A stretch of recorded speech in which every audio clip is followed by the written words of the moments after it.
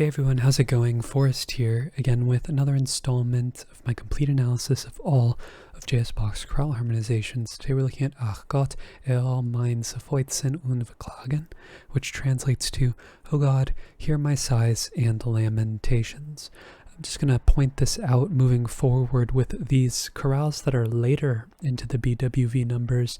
A lot of them survive without text, so text was added later by some authority. So I'll mention that at the beginning of the videos where that is the case, but I was looking ahead and seeing that that's going to be a trend for some of these more recent chorales relative to the videos that I'm uploading. So let's just hop right into the analysis. It's a fairly straightforward chorale if you can get past all of the B flats that Bach went to the trouble of writing in manually. No key signature. We start on D minor and we end on D major.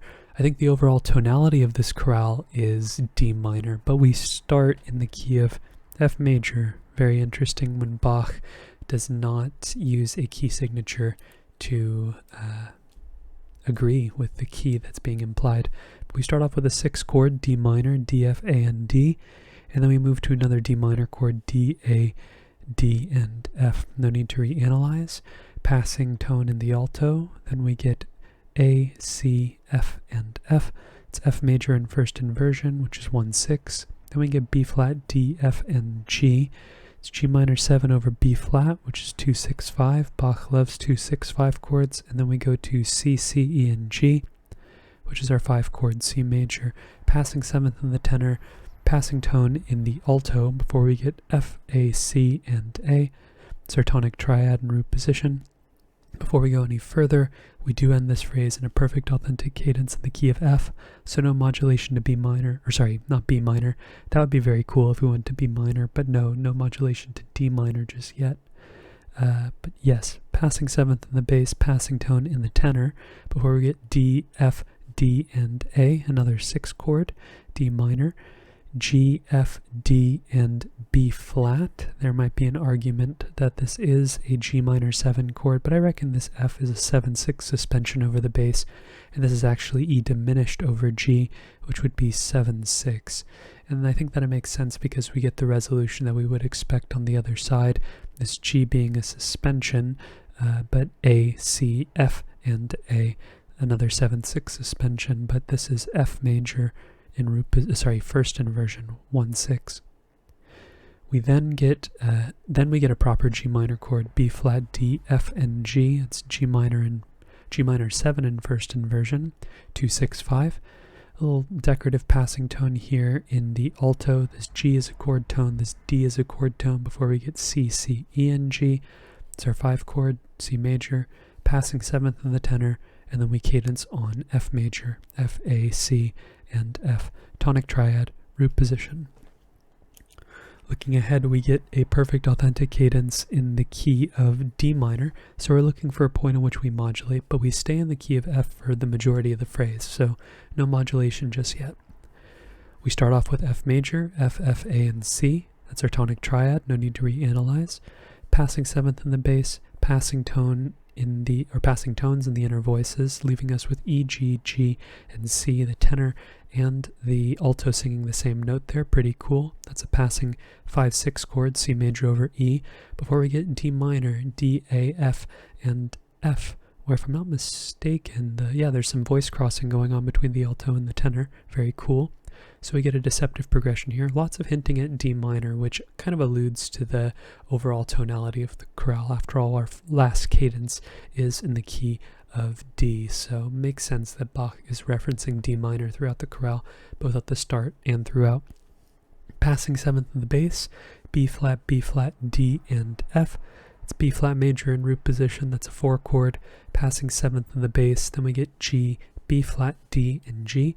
Saw 2 versions of this chorale, one with B natural here and one with B flat, and the version that I trust more is the one with B flat, but the B natural would make sense here in this case if it were, for whatever reason, the more accurate one. If your version does have B natural here, this chord would be slightly different. In my analysis, this is a 2 chord, G minor in root position. Sorry, I wrote 6 because I'm thinking about something very incorrect, I guess. I was thinking of the key of B minor, I guess, but that would be uppercase even if that was the case. But no, this is a 2 chord, so a proper thirds progression here, 6 4 2, where the bass is actually even starting from 1 1 6 4 2, but we do get a 5 interrupting the 1 and the 6. Regardless, we have a 2 chord with some passing tones in the lower voices before we get E, G, C, and G. That is C major in first inversion, 5 6, and then we go to F major, F, F, C, and A. Tonic triad. Passing tone in the bass, A, C, F, and A. It's F major in first inversion. We'll just change the figure bass, no need to reiterate the Roman numeral. Then we have another passing tone in the bass before we get what I'm calling C major, C, C, F, and G. This F is like a 4-3 suspension over the bass, but we know that 5 is being implied here. This B flat's like a delayed passing 7th, and then we get another D minor, D, A, E, and F, but this E is a 9-8 suspension over the bass, and this 6 chord is now where we finally move to the key of D minor. It's now our tonic triad. Looking ahead to the next system, we have G, B flat, D, and E, which is E minor 7 flat 5 in first inversion. We know that Bach loves 2 6 5 chords. And then we go to A major, A, C sharp, and E. It's our 5 chord in the key of D minor, passing 7th in the tenor, and then we cadence on D minor, D, F, A, and D, perfect authentic cadence. Then we have a chain of short phrases here. This phrase ends in a half cadence in the key of D minor, so no modulation here. C sharp, A, E, and A is A major over C sharp, that's 5 6, and that goes where we expect, D, A, E, and F. This E is another sort of 9-8 suspension, just like we saw earlier. In fact, the chord's spelled the exact same way too. So this is our tonic triad. This D here is our chord tone. And then we get G, B flat, D, and G. I reckon that this could be analyzed as a 2-6 chord if this E was your chord tone. So I'll include that analysis. However, I do think this is just a G minor chord root position. It's really 6 of one, half dozen of another. They function the exact same way, and the difference between them is one whole step. So that's however you choose to analyze it is accurate. That is if it's one of those 2 chords. It's definitely one of those 2 chords. And then we cadence on A major, A, C sharp, and E, our dominant triad root position, half cadence. And then we get an interesting thing here. We get what I'm calling an imperfect authentic cadence in the key of C major. So going from D minor to C major. They are adjacent keys on the circle of fifths, so it's not a distant modulation, but it is interesting with the cross relations, C natural versus C sharp. I reckon this is a direct modulation to the key of C. You could also analyze this as a half cadence in the key of F. I just think it's a little less likely because we have B natural here in the bass. So it really does feel like we're in the key of C here, and we're starting things off with A minor over C. That would be 6-6, C, A, E, and A. Before we go to D minor 7 over C, C, A, D, and F. I suppose this could also be 4-6-4 as well, if you see this C as our chord tone and this D not belonging, but I do think this is 2-4-2, namely because 6 wants to go to 2 in the cycle of falling fifths pattern or hierarchy of where chords want to go most naturally, and it just sort of fulfills the progression as a 6-2-5-1 progression. And then we get B, G, B natural, B, G, D, and G, which is 5-6, so 4-2 resolving the way we would expect it to a first inversion triad. And then we cadence on C major, C, G, C, and E, which is our tonic triad and root position C major. And then we move to the key of F major before we move to the key of D minor to close the chorale out, and in a perfect authentic cadence as well as we would expect. But we're looking for a point on which we modulate to the key of F, and I reckon it's not too distant in the future because we get B flat here. So this C major chord, C, G, C, and E, it might be a 1 chord in the key of C major. It might even be 5-4 in the key of C major, and then we modulate over the F chord.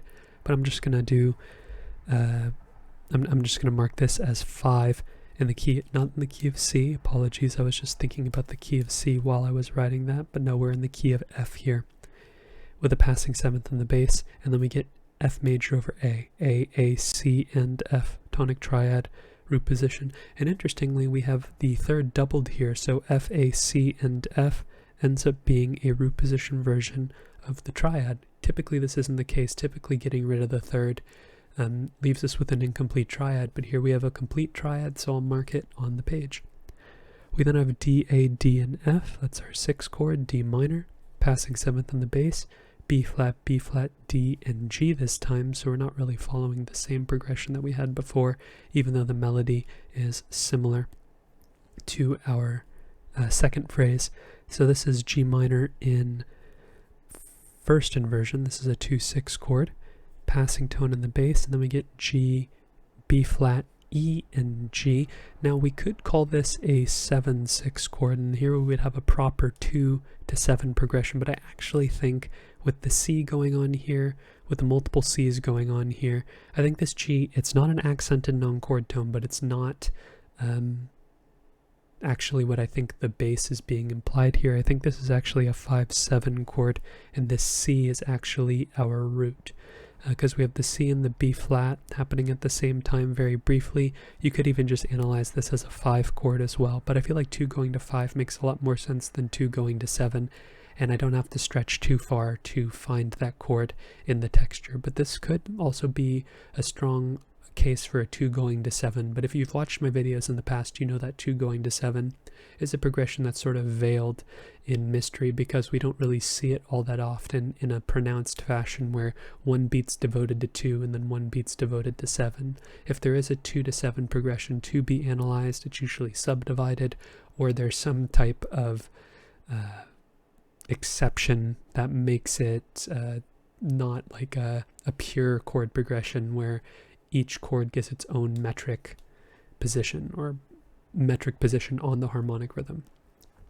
So I'm calling it 5/7 because it seems like more likely of a chord to be implied here. And then we go to F major, F, A, E, and A, another 7/6 suspension here. Or actually, you know what? No, I'm actually not going to call this an F major chord. I'm going to call this D minor, and this C is just going to interrupt what's going on here. I think this is D, F, A, and A, which is 6/6. I suppose you could analyze this as 1 as well with that suspension.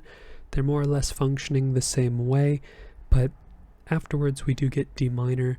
Hold on, is that exactly how I feel? F, A, E, and A. Yeah, no, this probably has to be a 6/6 chord because we would need there's not even a C being alluded to at any point, and the D is the yeah, I'm going to call this a 6/6 chord. And then we go to another D minor chord, D, D, F, and A, which is just taking the chord and putting it in root position, and this is where I think we go to the key of D minor. It now becomes our tonic in root position, passing 7th in the tenor, and then we get D, B flat, E, and G. Now this could be a fully diminished 2 chord in third inversion, not even close to first inversion, but I think this D is a lower suspension. It's like a, what would that be underneath? Like a 9/10 suspension under the alto maybe.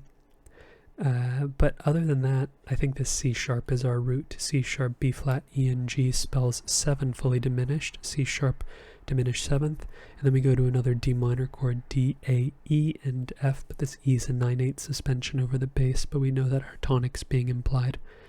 We then get G, B flat, D, and E, which is E minor 7 flat 5 over G. We know that Bach loves 2/6/5 chords. And then we get A, C sharp, and E. That's our 5 chord A major, passing 7th in the tenor before we cadence on D major, D, F sharp, A, and D. Tonic triad, major. Bach often ends his minor chorales with a major quality chord. And that's going to be today's analysis. All in all, fairly straightforward. I'd say the most interesting thing in this chorale is probably the key signature, or the lack thereof. Other than that, the chord progressions are fairly straightforward. Lots of 6 being used in place of 1 or in proximity to 1. Definitely very interesting because I think there's like a fluidity here between F and D minor. There's even an argument to be made that that the overall tonality of this chorale is F because of the amount of real estate it occupies, but I'd say it's about 50-50 between D and F, maybe a little bit more in F's favor now that I'm trying to size up the whole chorale, but we do go to C a little bit as well. But either way, it doesn't necessarily matter too much. If you are interested in following me along on this journey to analyze all of Bach's chorale harmonizations, feel free to subscribe to the channel. Feel free to hit the notification icon as well if you'd like to be notified of my daily upload. And also like the video. If you liked the video, it means that my channel will be seen by more people. And that means that we're going to have a bigger community to discuss everything that's going on in my videos. And that's exactly what I want. So with all that being said, thank you so much for watching the video and supporting my channel by doing so. I look forward to tomorrow's analysis, and I hope you take care.